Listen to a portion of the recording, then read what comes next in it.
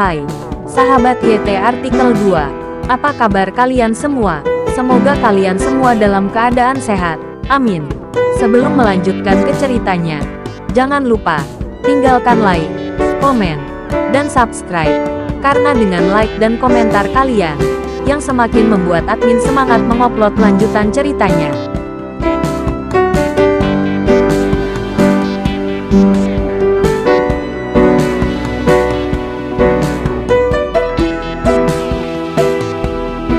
Episode 327. Kisah Aditya, anak bos besar yang berpura-pura miskin. Pada saat ini, Wawan menangis, berlutut ke depan dan merangkak beberapa langkah ke kaki Aditya, memeluk kaki Aditya dan tidak melepaskannya. Aditya mengerutkan kening. Reaksi Wawan membuat Aditya terkejut. "Tuan Wawan, ada apa denganmu? Cepat bangun." Saat Aditya mengatakan itu, dia menarik Wawan untuk mencegahnya berlutut. Wawan belum melakukannya, dan dia tidak ingin bangun. Dia hanya ingin berlutut di kaki Aditya, berharap Aditya akan memaafkannya dan membawanya kembali ke Indonesia. "Tuan muda Aditya, saya benar-benar tidak tahan di sini. Lihat saya sangat lelah. Saya hampir kelelahan. Lihat saya kurus, dan saya tidak cukup makan di sini." Wawan menangis dan mengatakan kesengsaraannya di depan Aditya. Bagaimana mungkin Aditya tidak melihatnya? Wawan di depannya terlihat seperti orang yang berbeda dari sebelumnya. Sungguh mengerikan. "Hehe, apa maksudmu? Tandi tidak mau memberimu makan. Apakah kamu lapar?" Aditya sedikit tersenyum dan bertanya pada Wawan. Tidak. Bos Tandi memberiku makanan. Tapi aku tidak suka nafsu makanku. Jadi aku sering lapar." Wawan dengan cepat menjelaskan. Karena takut menyinggung Tandi. Tandi memelototi Wawan dengan sedih. "Sebenarnya, makanan di sini tidak terlalu enak, tapi tidak apa-apa. Itu karena tubuh Wawan terlalu mahal, dan dia tidak bisa terbiasa dengan makanan sederhana di sini." "Mengapa kamu mengeluh ketika kamu memiliki makanan dan minuman? Apakah kamu bekerja keras di sini?" Aditya bertanya pada Wawan dengan dingin. "Bodoh." Wawan sangat marah hingga bola matanya hampir pecah. Dia diam-diam mengutuk Aditya di dalam hatinya, tetapi dia tidak berani. "Tuan Aditya, tolong bawa saya dan anakku kembali ke Indonesia. Ini benar-benar bukan tempat tinggal orang." Pada saat ini Alfian juga datang sambil menangis, memohon pada Aditya. Aditya sedikit tidak sabar, dan keluarga Alfian serta putranya sangat berhati besar, dan mereka masih berfantasi untuk kembali ke Indonesia. "Pergilah bermimpi bahwa kamu kembali ke Indonesia. Apakah kamu ingin menjebakku lagi?" Aditya bertanya pada Alfian dengan dingin. Tidak, kami tidak berani. Lagi pula, Wawan dan aku sudah miskin. Bahkan jika kami kembali, kami tidak akan bisa membuat masalah." Alfian cukup pandai berbicara. Dia benar-benar ingin memanfaatkan kesempatan unik ini dan meninggalkan tempat hantu ini. "Paman Alfian, kamu patuh. Kamu dan Wawan akan bekerja keras di sini untuk reformasi tenaga kerja. Kamu seharusnya merasa nyaman. Lagi pula, kamu akan tinggal di sini selama sisa hidupmu. Bukan begitu?" Aditya menepuk bahu Wawan dengan sungguh-sungguh, membujuknya. "Apakah Anda lumpuh? Anda Aditya benar-benar rugi." Omelan di hati Alfian membuatnya marah dan putus asa, menangis semakin keras. "Oke, kalian kembali bekerja keras," Aditya berkata dengan sangat datar, lalu melambai ke arah Tandi. Tandi mengerti dan memberi isyarat kepada bawahannya untuk membawa Alfian dan Wawan kembali bekerja. Wawan dan ayahnya tidak berdamai, dan ingin memohon kepada Aditya lagi, tetapi dipukuli oleh anak buah Tandi, dan kembali bekerja dengan jujur. Apa yang dikatakan Aditya selalu diperhitungkan.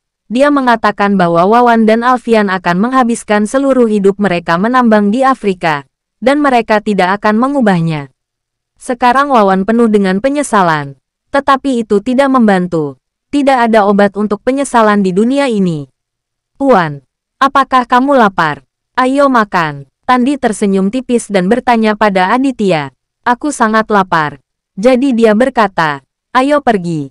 Tandi mengangguk, membawa beberapa anak buahnya, dan pergi dari sini bersama Aditya dan yang lainnya. Mengetahui bahwa Aditya dan Rizal akan datang, Tandi memesan hotel termewah di area tersebut sejak dini untuk merawat Aditya dan Rizal. Setelah semua orang tiba di hotel, Tandi berjalan di depan, memberi isyarat kepada Aditya dan yang lainnya untuk masuk. Aditya melihat sekeliling, dan meskipun hotel ini mengklaim sebagai hotel terbaik di area tersebut, hotel ini jauh tertinggal dari hotel di Indonesia. Dibandingkan dengan hotel kelas atas di kota Manado, tempat ini hanyalah sebuah restoran kecil, bahkan bukan hotel bintang 3 di kota Manado. Puan, kondisi di sini persis seperti ini, dan tidak ada bandingannya dengan yang ada di negara kita. Jadi lakukan saja, haha. Tandi tertawa, dan berkata pada Aditya dengan sedikit malu. Aditya tidak peduli dengan hal-hal tersebut. Dia juga bisa menghargai usaha keras Tandi, karena Tandi sudah melakukan yang terbaik. Di kamar pribadi paling luas dan mewah di hotel, Tandi bersulang untuk Aditya dan Rizal dari waktu ke waktu, mengobrol tentang hal-hal sepele tahun-tahun ini setelah berpisah. Tentu saja, Aditya dan Rizal tidak datang untuk minum bersama Tandi. Mereka paling mengkhawatirkan Melanie dan keluarga Winoto serta keluarga Arifin yang diselamatkan oleh Melanie. Tandi, bagaimana Melanie menyelamatkan keluarga Winoto dan keluarga Arifin dengan begitu lancar tadi malam? Mungkinkah tambang emasmu tidak terlindungi sama sekali? Aditya akhirnya mengungkapkan keraguan di hatinya. Dia merasa bahwa dengan kekuatan Tandi, Melanie seharusnya tidak dibiarkan berhasil dengan mudah. Ketika Tandi mendengar pertanyaan Aditya, dia merasa malu. Lagi pula, ketika dia berada di keluarga Edward di Toraja, dia juga seorang pengawal yang sangat baik. Meskipun dia jauh lebih rendah dari Rizal, dia masih sangat bagus dalam jaga diri. Sekarang Melanie berkolusi dengan Nurdiansyah, dan menyelamatkan semua anggota keluarga Winoto dan keluarga Arifin di bawah hidungnya dalam semalam. Dia merasa malu. Puan, saya malu mengatakannya, tetapi saya tidak menyangka Melanie tiba-tiba datang ke Afrika untuk membuat masalah. Tandi mengertakkan gigi dan berkata, apa latar belakang Nurdiansyah itu? Apakah dia lebih kuat darimu? Rizal bertanya pada Tandi. Tandi mengangguk dan berkata, Nurdiansyah datang beberapa tahun lebih awal dariku, dan pengaruhnya jauh lebih kuat daripada pengaruhku. Aditya mendengarkan, tetapi dia tidak mengatakan apa-apa. Tapi Aditya bertanya-tanya, bagaimana mungkin Melanie mengenal seseorang seperti Nurdiansyah? Nurdiansyah berada jauh di Afrika, dan telah tinggal di sini selama bertahun-tahun. Bagaimana Melanie berkolusi dengan Nurdiansyah? Mary duduk di samping Aditya, dan dia tidak bisa menghalangi. Jadi dia hanya duduk di sana dengan sangat tenang, yang sangat berbeda dari kepribadiannya yang biasanya. Pada saat ini, Tandi memandang Mary, tersenyum dan berkata kepada Aditya, Tuan, apakah ini pacarmu? Dia sangat cantik, singkatnya. Wajah Mary sedikit panas ketika dia mengatakannya, tapi dia sangat bersemangat di dalam hatinya. Aditya juga sedikit malu, tiba-tiba disalahpahami oleh Tandi. Baru saja akan menjelaskan. Tandi tertawa dan berkata, Tuan, kamu seharusnya tidak membawa pacarmu ke sini. Terlalu berbahaya di sini. Hehe, jangan remehkan dia. Dia sangat kuat. Aditya tersenyum. Ya, Tandi mengungkapkan keraguannya. Dia akan mengatakan sesuatu lagi. Tetapi pada saat ini, dia mendengar suara keras dari pintu kamar pribadi.